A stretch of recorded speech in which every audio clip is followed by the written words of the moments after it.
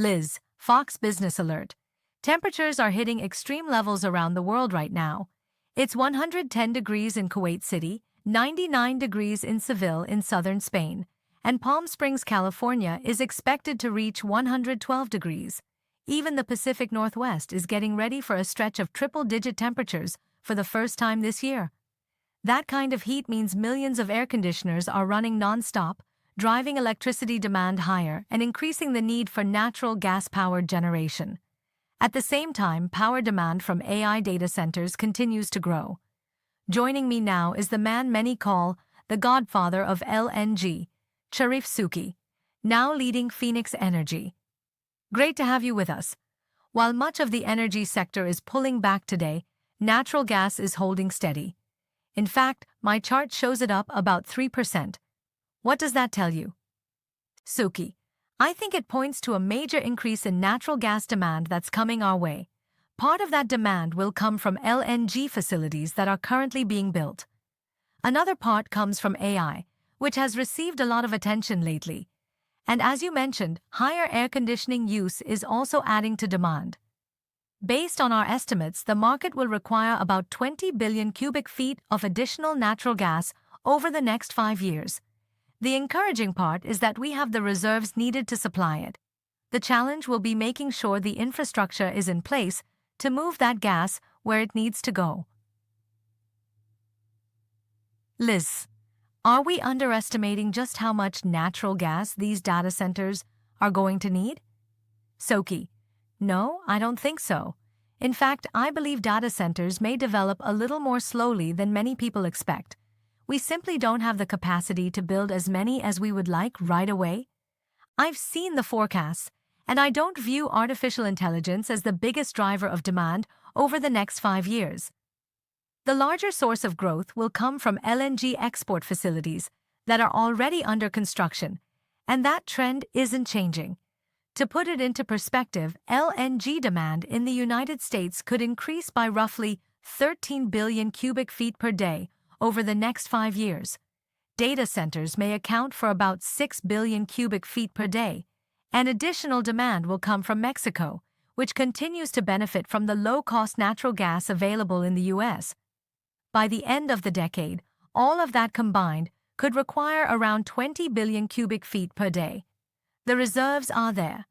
Between Appalachia and the Haynesville region, the resource base is strong. The real focus needs to be on the infrastructure required to move the gas. Liz, exactly, getting it where it needs to go. We know this country has tremendous supply. At the same time, natural gas prices have jumped roughly 14% since the war began, although they're still below the highs reached shortly after the conflict started in late February. One thing the war has highlighted is that it's not only oil moving through the Persian Gulf and the Strait of Hormuz. Nearly 1/5 of the world's natural gas supply passes through that route as well.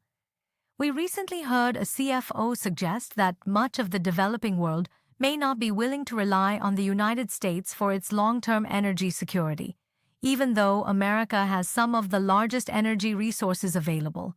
Why do you think that is? Suki, I'm not entirely sure.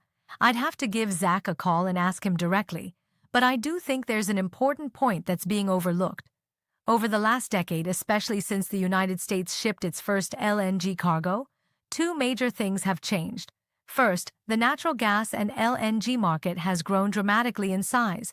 Second, the U.S. has gone from being one of the world's largest importers of natural gas to becoming one of its largest exporters. That transformation happened incredibly fast, and I think many people are still adjusting to what it really means.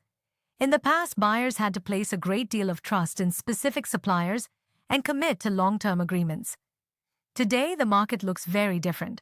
There are around 20 LNG cargoes available for sale every day, and at any given time, roughly 400 LNG cargoes are moving across the world's oceans. Liz, let me stop you there for a moment. If that's the case, then why is S&P Global forecasting a potential LNG shortfall of 135 million tons by 2034? Suki, I don't believe that's going to happen. It may not all be planned out yet, but the industry has the ability to meet that demand.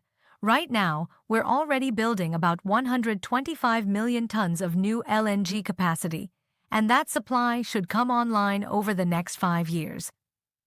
Liz, let me jump in for a moment. If that's true, then why is S&P Global projecting a potential LNG shortfall of 135 million tons through 2034? Suki, I don't believe that's how things will play out. Some of that future supply hasn't been fully planned yet, but the capacity can absolutely be built. Right now, we're already constructing about 125 million tons of LNG capacity, and that will come online within the next 5 years.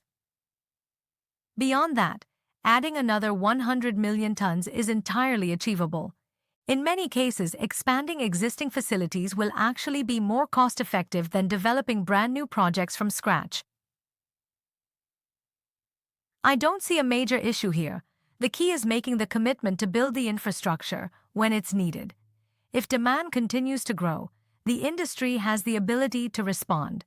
I expect the United States to become even more dominant in this space because we have the resources and the production capability. What we need are the pipelines and transportation systems to move that gas efficiently and at the lowest possible cost. Companies like Chevron, Exxon, and EQT will have to continue expanding their operations and delivering a product the rest of the world wants to buy. That's how a true commodity market works. Liz, we certainly like affordable energy. Of course, there are plenty of investors in energy companies who wouldn't mind seeing prices move a little higher. We'll continue watching it closely.